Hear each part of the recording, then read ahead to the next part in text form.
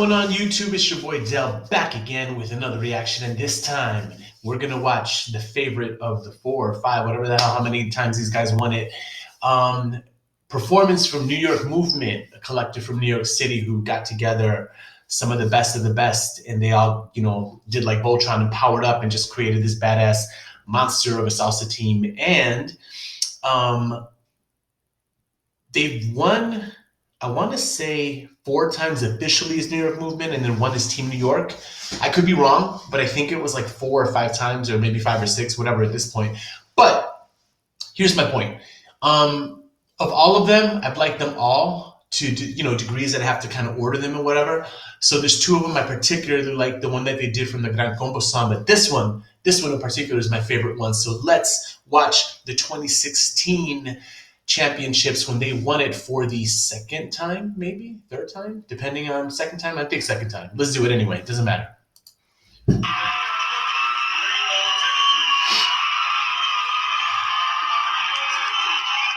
So right off the bat, they look like $500 million. They look amazing.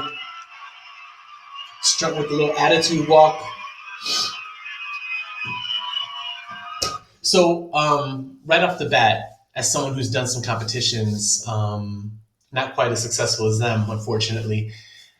But what I do want to say is walking out, like if you're a competitor, if you have competed, I'm telling you, y'all, from the minute you show your face, the minute you walk out, the minute you pose, the minute you just show who you are, how you stand in your opening position, all that stuff really matters. So if we go back and just watch their little pose when they all were together, I mean, look at that moment.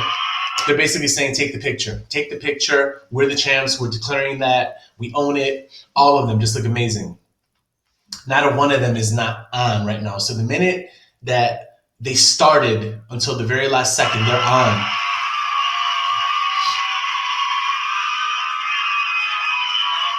I mean, man in front, I think that guy's Edwin.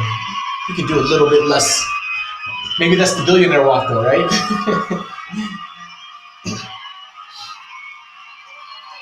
And look, it's only 4 couples and they're taking up the whole floor. I mean, the camera had to pan out.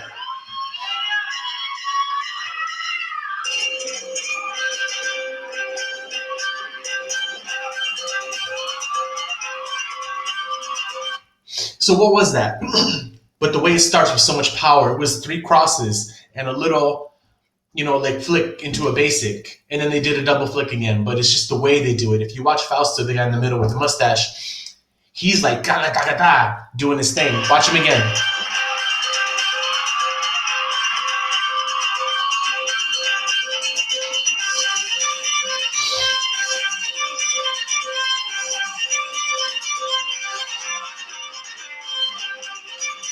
And you'll notice, and this is something that's gonna, as you're watching it, you're just appreciating the costumes and how well thought out they are, because the ladies are doing a lot of spins. So the, what do they call that? Fringe?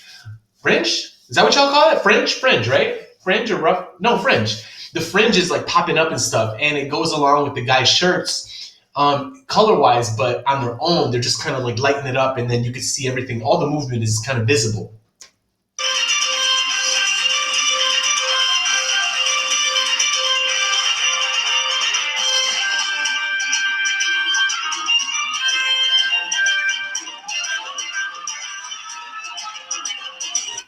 The cool thing is, excuse me, the cool thing is that I like is, and this is something I picked up along the way and learning from watching other people, and also just even watching them right now.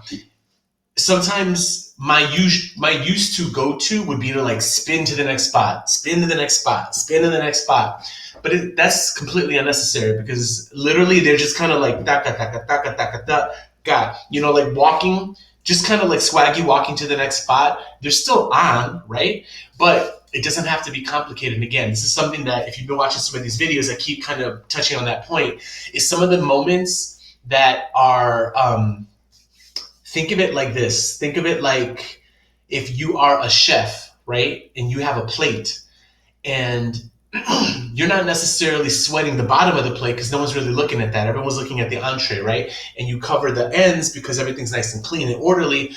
But like sometimes all the little side details, it's nice to think about it, but sometimes it just needs to be really simple and you need to highlight the thing you're trying to highlight. So sometimes a staging movement is more about the actual movement than it is about how they're actually getting there, right? It could be something real basic, but as long as it's danced well and as long as it's committed to, it'll always read well. So this is a good point about that, or this is a good example of that. Woo! All right, so I ain't gonna lie, personally, I would not have done that one floor change when the guy went all the way from this side and ran all the way to that side. He looks crazy. I mean, he looks like that was challenging. Partly because I bet you anything that the studio they were practicing at was nowhere near that big. Because I've been on that floor, and that floor is big. It's like a big ass floor. So that was a long way to go. And actually, kudos to them for making it. And if you look, he kind of overshot it. The guy who's on the right now, because the other three couples are way closer together. And I think from memory, they're going to go into a formation where it'll make sense again. But man, kudos to that couple. Watch that again. Watch them fly across the floor. Woo.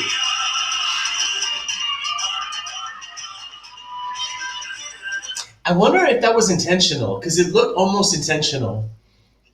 Because those three couples were perfectly on a diagonal. He was out by himself. I'm thinking that was intentional. Yeah, the way it was staged. Watch that again. Watch his ass fly across the floor. So you see the three couples on the left side, they're almost like in a nice diagonal. He's out here by himself. So it's kind of one of these formations, which if that's the case, that's cool. I like it.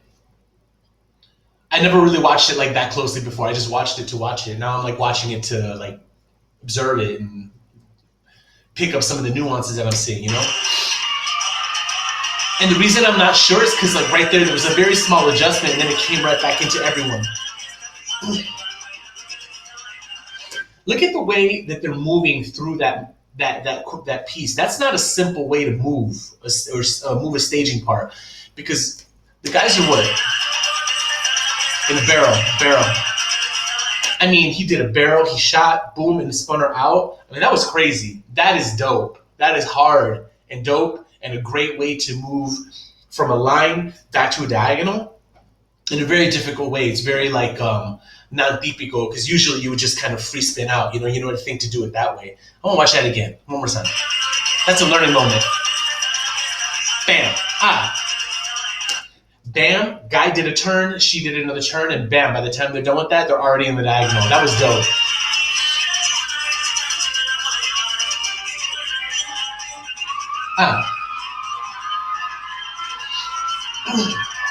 Musicality is everything. Because when you start dancing the song super literal, and then people can really see what you're doing, there was a comment made on one of the older videos from one of the pieces that I was actually in from back in the day. And I think I might have made a comment about this in that video, but a word was spoken to my old director that she had never heard the song until she watched us dance it. So a lot of times, basically that means is what, you're interpreting the music exactly as it is. A lot of times you'll see younger choreographers and they're just putting like, they're counting the bars like, okay, I have eight counts from here to here, and then I have so many counts of shines, blah, blah, blah. And they basically just make up partnering, but it doesn't necessarily have anything to do with what the song is doing, right? So that's why personally nowadays, as a choreographer still, who I believe I've continued to get better as I've done it, that you got to be careful with your song choices because you have to think about the whole song. And one of my own dancers made a really good comment one time. He's like, sometimes when I'm watching pieces, I'm not sure how they can catch it when they mess up, if they mess up, right? Because the choreo is random. Whereas he's like, the stuff you've given us, I know exactly where I'm at and what goes where because it's all to the music. So if you know the song, and trust me, at a point like this, when they're running it in front of a bunch of people, they've run that thing like hundreds of times at this point, you know what I'm saying? At least 100 times. How about that? So that's my point. Like, if it's to the music, it'll always read much better. Oh, I got a visitor. Oh.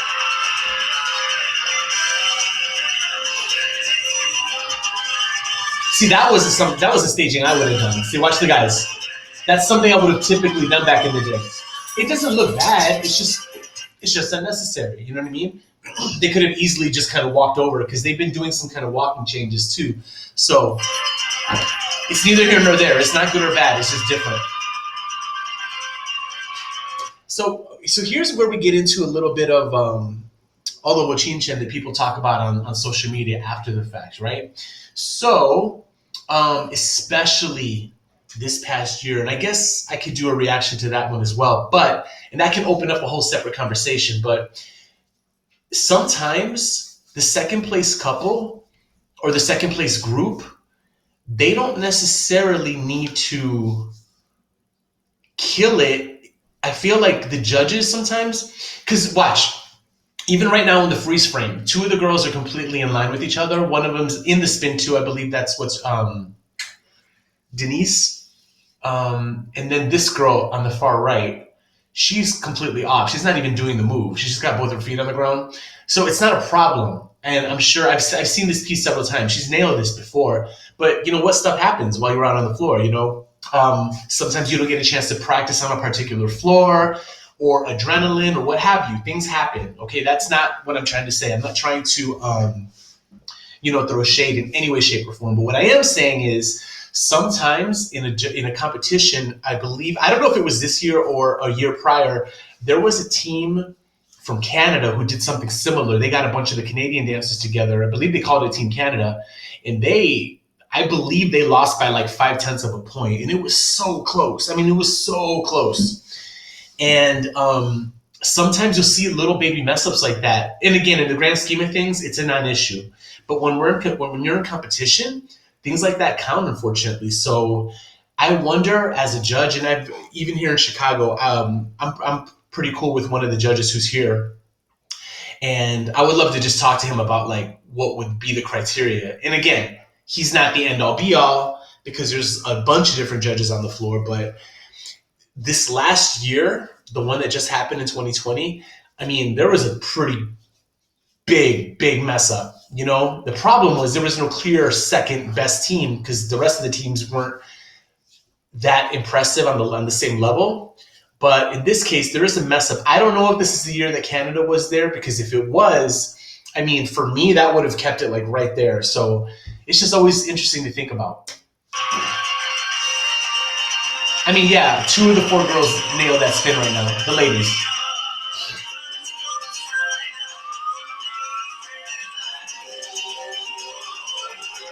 But right back on it, not selling it at all.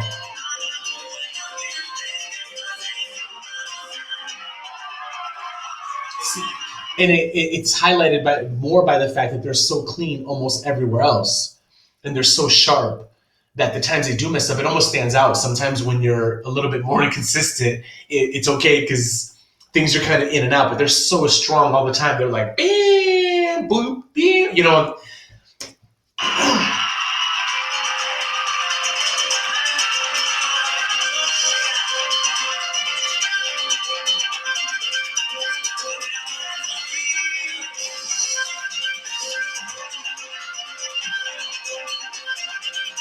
Man, it's all to the music. It's so on it. It's so on the beat. Even a little skip back to the booty back. Love that.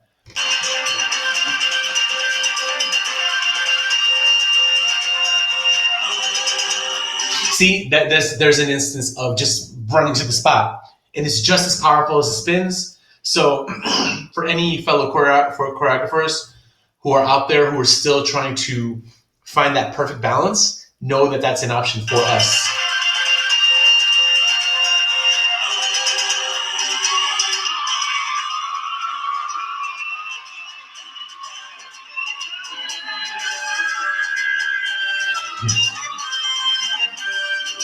It was right to have Ernesto in the front. He kills that stuff. Ow! Kind of random, right? It's funny. I say random because look at the guy in the middle right now. That's Fausto. I don't know. I don't know the inner workings. I know a lot of my friends who are really into this know, oh, so and so did this and that. I'm like, how the hell do you know that? But my point is, I know that that's Fausto squatting. About to throw that girl up in the air. And I don't know, like that, like being very exposed. What do y'all think about that? Like, again, this is my favorite of their pieces. So clearly I love this piece and I'm a huge fan of everything they've done. But these moments right there that are overly set up, I think I come from a school of thought where I got an opportunity to work with a professional jazz company, and one of the directors, the director of the jazz company said, always when you're doing a lift, you want to try your best to make it look like it's coming out of nowhere. You don't want to show the setup so much, right? So that's why when you watch people like Karen and Ricardo, they're so dope because it just happens. It's like, what the hell? What? Why is she up there? You know, like you just see it and it just happens, right? So here's a situation where the guy is clearly like just like, and then tossing, you know? So maybe that's a part that I don't necessarily care for as much as the rest of the piece. But again, that's just my opinion. I'm entitled to it. And I say this with love because I do love the piece. And this is like a 4-star piece for me. Anyway, 4 out of 4 stars. It's still cool though. I mean, I understand the accent. I get it. I understand why he did it. Or they did it.